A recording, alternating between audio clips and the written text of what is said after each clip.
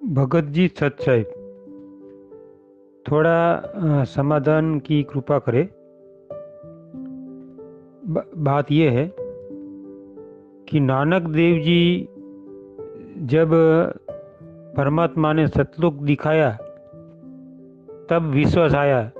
इसके पहले नानक देव जी विश्वास परमात्मा के ऊपर क्यों नहीं कर रहे थे? और जब परमात्मा नहीं मिला, इसके पहले ब्रह्मा विष्णु की महेश की भक्ति करता था। इसके बाद जब परमात्मा ने सतलोक दिखाया तब विश्वास किया। इसके पहले उनको विश्वास क्यों नहीं था? तो वो तो महाधर्मी पुरुष था और अपन तो एक सामान्य जीव है। तो अपन कैसे भरोसा करें कि सतलोक देखने के बाद अपने को पता चले कि कबीर साहब की भक्ति करनी चाहिए। सत साहिब, जय बंदी छोड़। बंदी छोड़ सतगुरु रामपाल जी महाराज जी की जय हो। सतसाई भगत जी, देखिए आपका जो सवाल है वैसे उस सवाल का कोई मतलब निकलता नहीं है। अब आपको शंका हुई है तो जाहिर सी बात है, जब तक आपकी शंका का समाधान नहीं होगा तब तक आपके मन में वो सवाल हमेशा कांटे की तरह चुभता रहेगा। तो दास को जो सेवा दी है परमेश्वर ने, तो दास की भी ड्यूटी बनती है कि भगत समाज की ऐसी शंकाओं का भी समाधान किया जाए ज्ञान आधार से, जिनका वैसे भक्ति मार्ग में कोई औचित्य नहीं है। आप जी का सवाल है कि जिस प्रकार नानक जी तो बहुत अच्छी आत्मा थी, धार्मिक व्यक्ति थे, और उन्होंने भी जब परमेश्वर उनको बेई नदी पे जिंदा महात्मा के रूप में मिले, उनको सतलोक के विषय में बताया, तो उन्होंने भी तब तक यकीन नहीं किया सतलोक पे जब तक उन्होंने अपनी आंखों से सतलोक को नहीं देख लिया। आप जी का कहना ये है। भगत जी, ये सत्य नहीं है, क्योंकि ये परमेश्वर के सोचल छिद्र में आता है। ये हकीकत नहीं है कि नानक जी ने सतलोक देखने के बाद ही उनकी बातों पे यकीन किया। ऐसा नहीं है भगत जी। सत्संगों के सार को समझना पड़ेगा हमें। परमात्मा स्वयं गरीबदास जी महाराज जी को भी सतलोक लेके गए, जबकि गरीबदास जी महाराज जी के रूप में स्वयं कबीर परमेश्वर थे, डबल रोल में थे। डबल रोल में कैसे थे? जिस प्रकार काशी के भंडारे में स्वयं परमात्मा केशव बंजारे का रूप बना के आए। अब बताइए, एक रूप में तो परमात्मा सवाल पूछ रहा है और दूसरे रूप में कबीर रूप में परमात्मा खड़ा होकर 8 पहर तक 24 घंटे तक उन सवालों का जवाब दे रहा है। तो क्या हम ये कह दें कि कबीर परमात्मा को जब पता ही नहीं कि सतलोक में क्या है, वो यहाँ क्यों आए हैं? तो भगत जी, सवाल व्यर्थ का होगा, क्योंकि केशव बंजारे के रूप में खुद कबीर परमेश्वर थे। उसके बाद भी वो सोचल छिद्र करते हुए, अपने आप को छुपाते हुए, इसी पृथ्वी का एक प्राणी बताते हुए और परमात्मा से सतलोक के विषय में सवाल कर रहा है, जिसने स्वयं सतलोक की रचना की। तो भगत जी, हमने परमेश्वर के सत्संगों के सार को, इन संकेतों को समझना पड़ेगा कि ऐसे खेल, ऐसी लीलाएं परमात्मा क्यों करते हैं।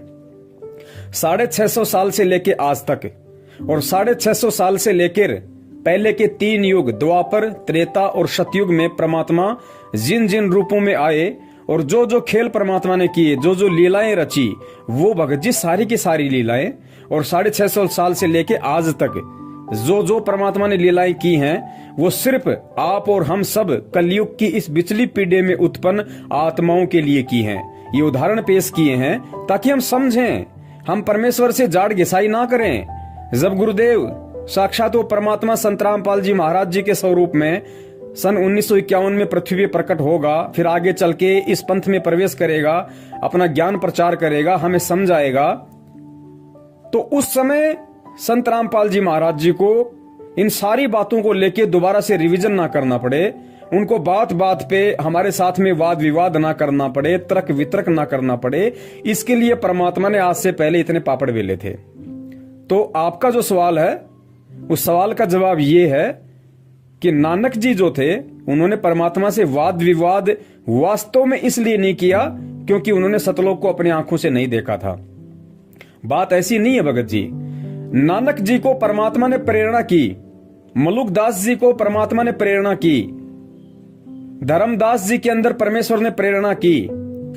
ये सारे के सारे जो खेल थे, इन आत्माओं में प्रेरणा करके और परमात्मा ने अपनी मर्जी से उनको सतलोक दिखाया। सतलोक दिखा के फिर वापस छोड़ा, फिर उन सब बातों को साहित्य में लिखा। क्यों? केवल आप और हम आत्माओं को ये यकीन दिलाने के लिए, ये विश्वास दिलाने के लिए कि वास्तव में सतलोक है, वहां पे परमात्मा है, वहां पे सारी सुख सुविधाएं हैं। केवल आप और हम आत्माओं को ये सब कुछ समझाने के लिए, ताकि फिर बात बात पे हर भगत को ये ना कहना पड़े और हर भगत ये ना कहे कि मुझे सतलोक दिखाओ, जब तक दिखाओगे नहीं तब तक मैं मानूंगा नहीं। और भगत जी जिनको दिखाया, क्या उन्होंने मान लिया?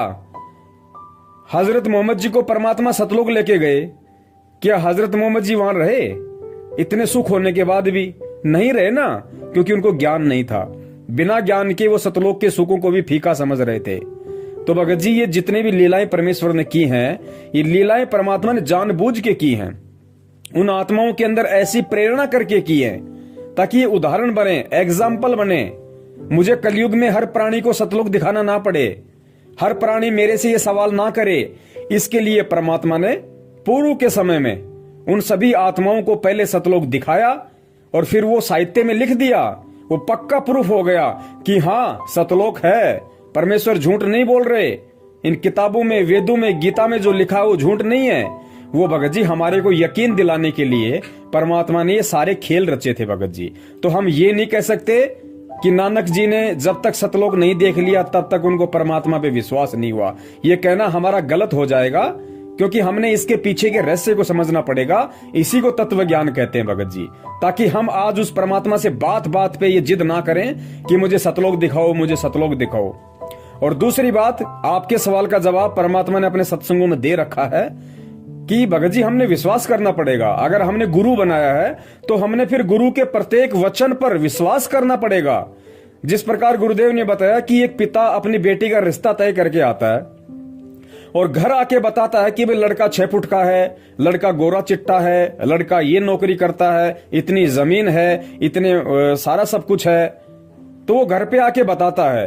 तो गुरुजी ने बताया जो समझदार जो लड़की होती है वो अपने पिता से वाद विवाद नहीं करती कि नहीं जी मुझे तो दिखा के लाओ पहले, पता नहीं आप कह रहे हो सच है झूठ है भी या नहीं है, आपने रिश्ता तय भी किया कि नहीं किया, आप झूठ बोल रहे हो सच बोल रहे हो, मुझे तो दिखा के लाओ लड़का और उसका घर दिखा के लाओ।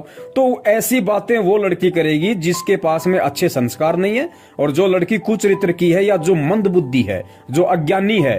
वरना जो समझदार बच्ची होगी उसको अपने बाप के ऊपर यकीन होगा कि बाप कभी अपनी बेटी का बुरा नहीं चाहेगा, उसके भविष्य को अंधकार में नहीं धकेलेगा किसी ऐसे घर में उसका रिश्ता तय करके। तो बाप जो बोल रहा है वो बिल्कुल सत्य है, ये उस लड़की को यकीन करना पड़ेगा अगर वो समझदार है तो भगत जी हमने भी उस लड़की की तरह एक समझदार शिष्य बनना है, एक समझदार भगत बनना है और हमने अपने गुरुदेव पे, अपने बाप पे ये विश्वास करना पड़ेगा कि हमारे बाप ने जो कह दिया वो बिल्कुल सत्य है। और बाप ने खाली कह नहीं दिया, बाप ने इतिहास में लिखा हुआ भी दिखा दिया, वेदों में, गीता जी में लिखा हुआ भी दिखा दिया और बाप ने प्रैक्टिकल में भी दिखा दिया उन आत्माओं को निमित्त बना के पहले के समय में। और वो आत्माएं चीख चीख के अपने ग्रंथ बना के चली गई कि हाँ सतलोक है।